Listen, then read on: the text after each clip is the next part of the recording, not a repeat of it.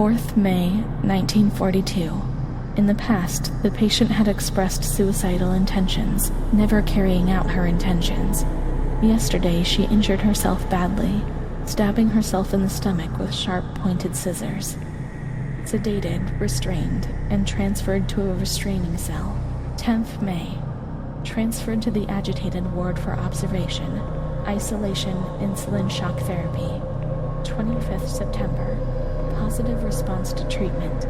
She replies to questions and remembers what happened, but doesn't want to give explanations. She claims to have memory lapses, entire days about which she remembers nothing. She appears to be anxious and seeks reassurance.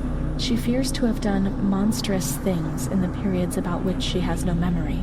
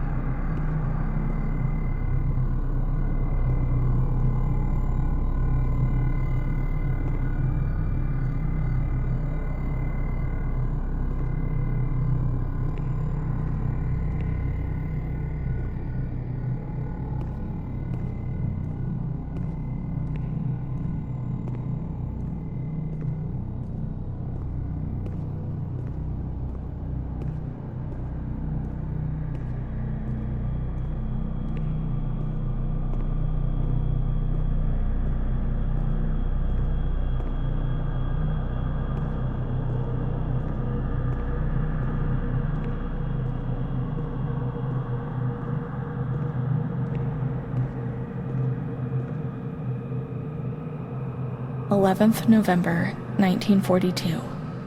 The patient speaks very little, refuses food, force-fed with nasal cannula. 2nd February 1943.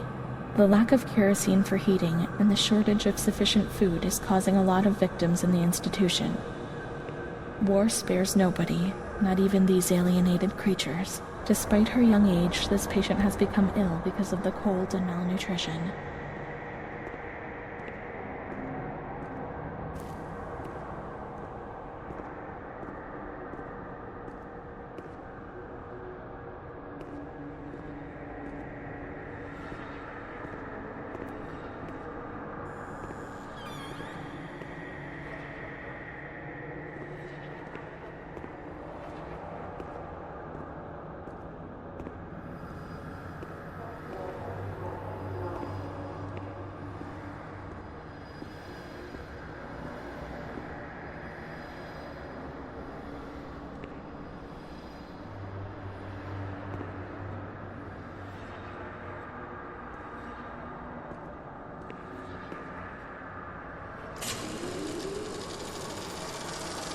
In here, nobody laughs. I mean, really laughs. Not those crazy fools who laugh because people say they are mad. I don't know why, because they do really laugh. They say that I'm mad too, but I never feel like laughing. In the past, people laughed at me. But they were right, you know? You can't always cry, and people laugh when they are afraid, don't they? It happened to you, not to me, better so. In short, they do that to show that they're happy. You oughtn't to be offended because it's true, and deep down it's just like having pity, so to speak. But then you think about yourself, and so you laugh to say that it's okay. Everything will get better, that it's all shit. It's all shit, this place. You're not trying to tell me that it's not true, right? An intelligent person, educated, not like me. And if I can see that it's a load of shit, just imagine how much better you understand. No, come on. No, I feel fine here, you know? After all, I can do anything I want or say anything I want. No, come on. No, I feel fine here, you know? After all, I can do anything I want or say anything I want.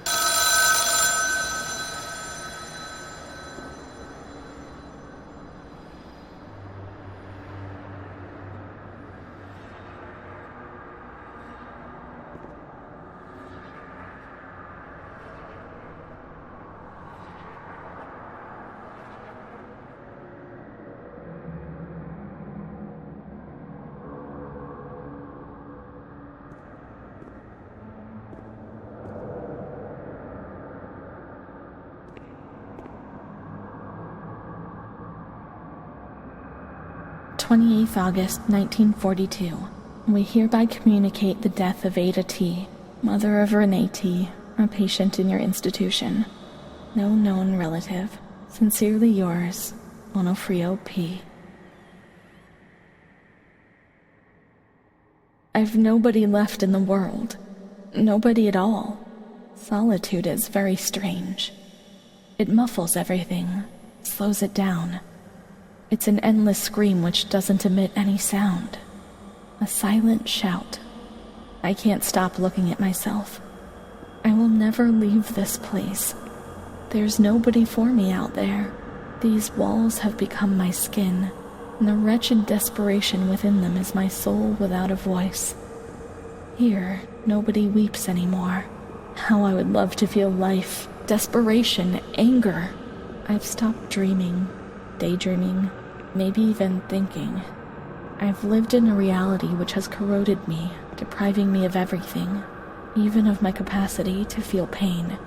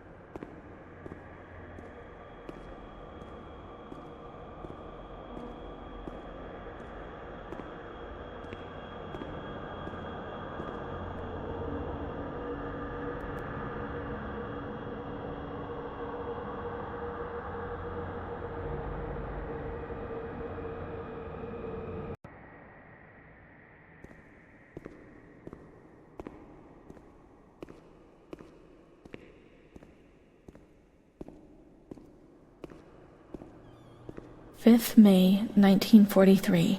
Renee's in a good state of health. She eats and speaks, is orientated in space and time. Therapy suspended. 3rd December. She asks, reasonably, if she can leave the hospital. Evaluate patient for 6 months. 2nd May, 1944. Discharge denied, despite favorable psychiatric opinion. The patient has no home or means of support. 4th May. The reasons why discharge is impossible are explained, and in this manner Renee learns of her mother's death 2 years after the fact. 5th May. During the night she tried to kill herself by hanging herself with a sheet, saved by the nurses. Restrained to her bed, she once more tries to kill herself by suffocation. It is decided to perform a transorbital lobotomy.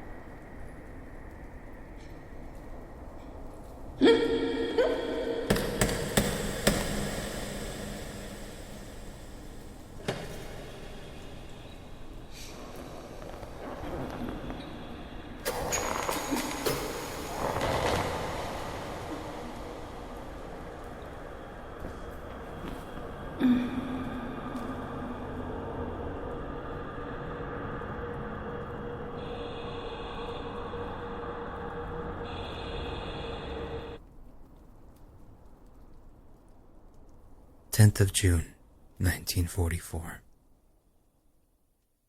Operation successful. Patient tranquil and collaborative. Motor coordination capacity reduced, but she's improving. Transferred to the tranquil department in the care of Dr. B. 25th of October. Continues to talk about Amara and her doll, Charlotte. The disturbances of motor capacity show slight signs of improvement. Difficulty walking, not capable of riding, and the nurses report that they have to help her dress, wash, and feed herself. In the summer of 1944, Renee was transferred back into my department. Aware of little, indifferent, hardly ever spoke. One day, she said, "When I find the courage to look at myself in the mirror, I see a young face which is aged and looks at me full of fear." She is a woman now who has changed profoundly compared to the girl that I had under my care several years ago. Only the sadness of her gaze and her intelligence are unchanged. She's so young, just 23 years old, but is lacking all vitality. Perhaps her condition may improve, but probably not. Her life has been thrown away, and nobody did a thing to try to avoid this.